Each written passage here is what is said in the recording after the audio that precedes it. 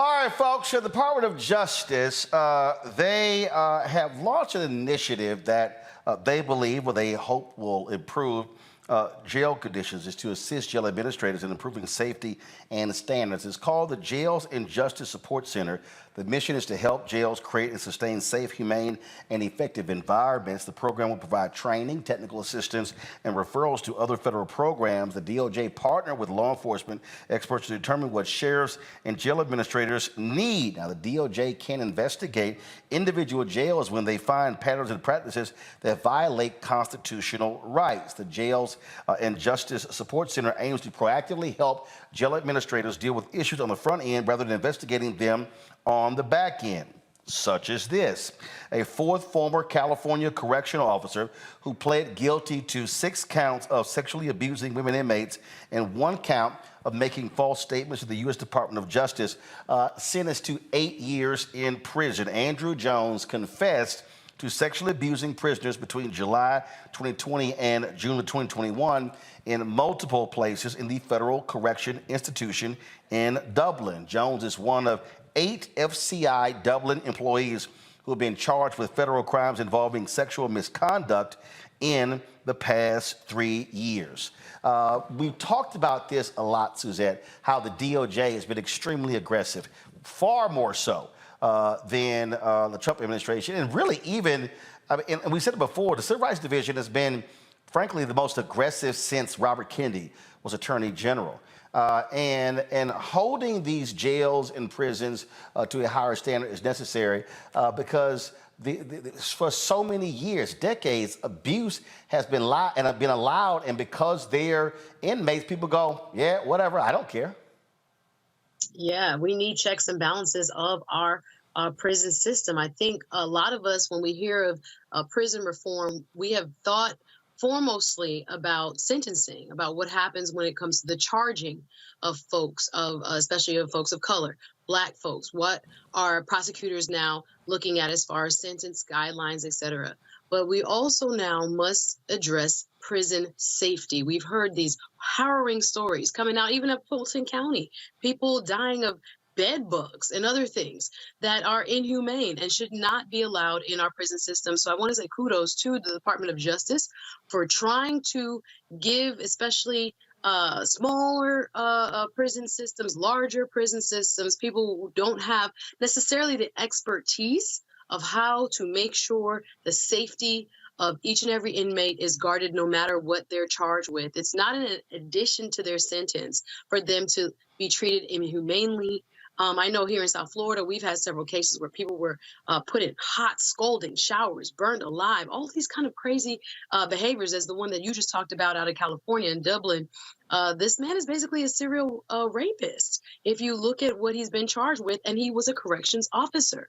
So because we do not have a federal framework from which all of our prisons across the country have to adhere to a certain standard, the Department of Justice is doing what it can to help be a resource. They're saying that this new entity will be a preventative resource. Of course, they do have the authority to go in and investigate when there are complaints at various facilities across our country. But yeah, we have to look at this as a real issue. And if we don't have federal legislation, kudos to the Department of Justice for doing what it can to be a resource to our jails and prisons across this country. This is the thing for me, Michael. Again, this is not necessarily going to be one of those stories that gets people excited, or they say, well, you know, glad to see they're doing it. But this is about accountability. And unfortunately, when we look at a lot of these stories, who's the one likely being abused? African Americans. Don't have Michael there. Let's go to Matt. Matt? Your analysis is right, but Roland, I'm not going to be impressed unless and until they actually start filing lawsuits or seek criminal charges against people who are treating people in jail and prison inhumanely. I like this as a political point. I like this. No. They have. No, that's what I was saying. They have. Let me tell you. The state of Texas operates 100 prisons. Okay, 100. 55 of those have limited AC. 31 of those have AC throughout the entire prison. 14 have no air conditioning.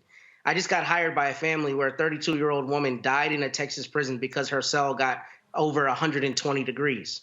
The reality is jail standards already exist, and I'm glad that the Department of Justice is doing more. I think that's laudable.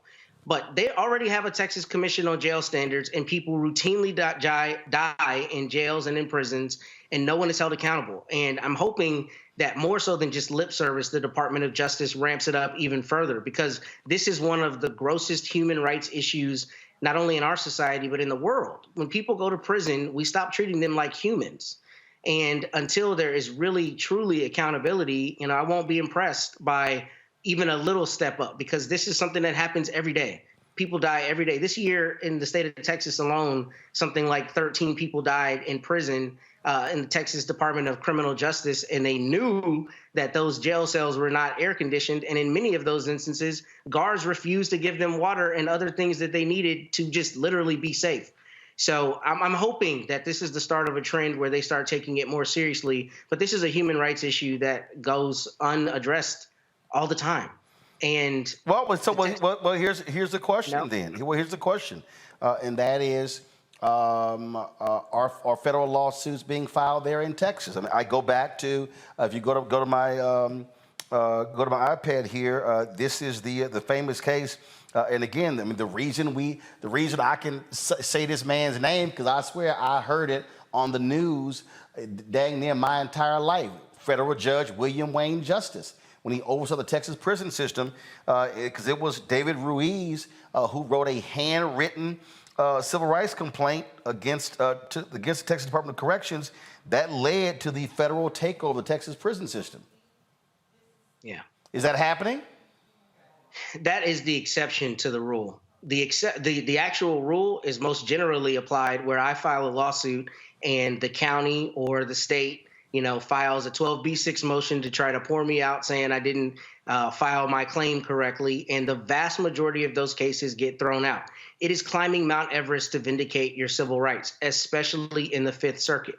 And while I like those outliers, that's an aberration. The truth is, most of the time something happens to someone in prison or in jail, it is extremely difficult to vindicate those rights. And that's not to say the Department of Justice does not play a very important role. I'm glad that they're doing more than is customarily done. But we are not being honest with ourselves if we act like there is accountability to what happens to prisoners in jails and in prisons. In prisons, it's considerably worse, because in jail, at least, you have your 14th Amendment rights. They're concerned. Maybe you're not convicted. But once you're a convicted prisoner, society doesn't care about you, including the very commissions that exist to make sure you're safe. So hopefully there will be a measurable change following this, and DOJ will really put the pedal to the metal on this.